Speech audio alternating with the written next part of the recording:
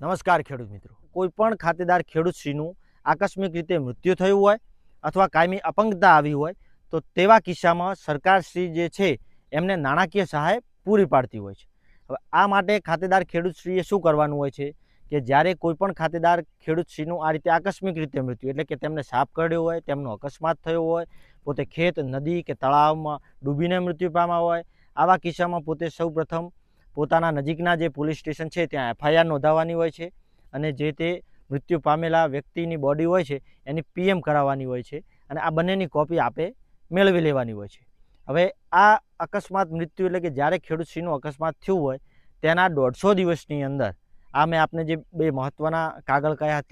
તે સિવાય અન્ય જે કાગળિક પુરાવા છે એ પોતે 150 દિવસની અંદર જિલ્લા ખેતીવાડી અધિકારીશ્રીની કચેરી ખાતે રજૂ કરવાના હોય છે અને આ માટેનો લાભ મેળવવાના હોય છે. એટલે જો આવા કિસ્સામાં દુઃખના સમયમાં ખાતેદાર ખેડૂતશ્રીને કદાચ આ વસ્તુનું ધ્યાન ના હોય પણ તેના સગા સંબંધીઓ પણ આ વસ્તુ ધ્યાન રાખી અને જે તે ખેડૂત મિત્રને છે એના દુઃખના સમયમાં આ રીતે સહભાગી થઈ અને તેને આપ મદદ કરી શકો છો. ધન્યવાદ.